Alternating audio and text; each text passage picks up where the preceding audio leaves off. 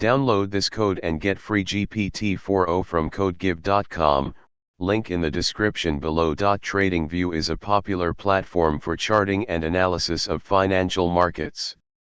While Tradingview itself does not provide a direct API for Python, there are practical ways to work with Tradingview charts using Python through web scraping or indirectly by using libraries that can interface with Tradingview.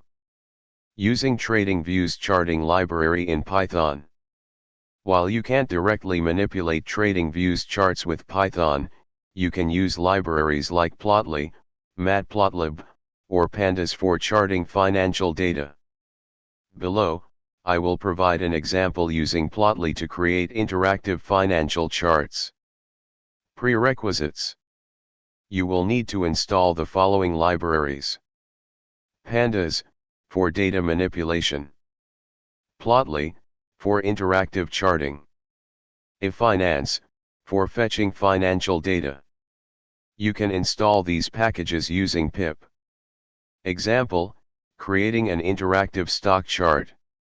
In this example, we will fetch historical stock data for a specific company, such as Apple Incorporated with the ticker symbol AAPL, and create an interactive candlestick chart using Plotly.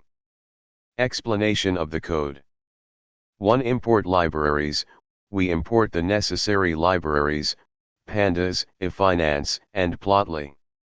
2. Fetch historical data. We use the yfinance library to download historical stock data for a specified range. In this case, we are fetching data for Apple Incorporated, AAPL, from January 1, 2022, to January 1, 2023. 3. Prepare data. We reset the index of the data frame to make it easier to work with. 4. Create candlestick chart. We define the candlestick chart using go.candlestick, which takes the open, high, low, and close prices.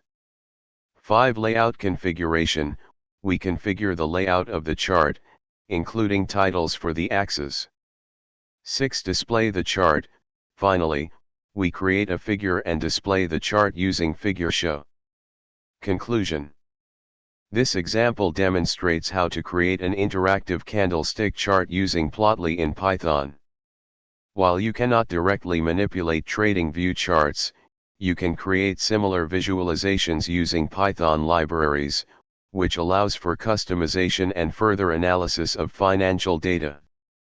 Feel free to modify the stock symbol and date range to explore different data sets.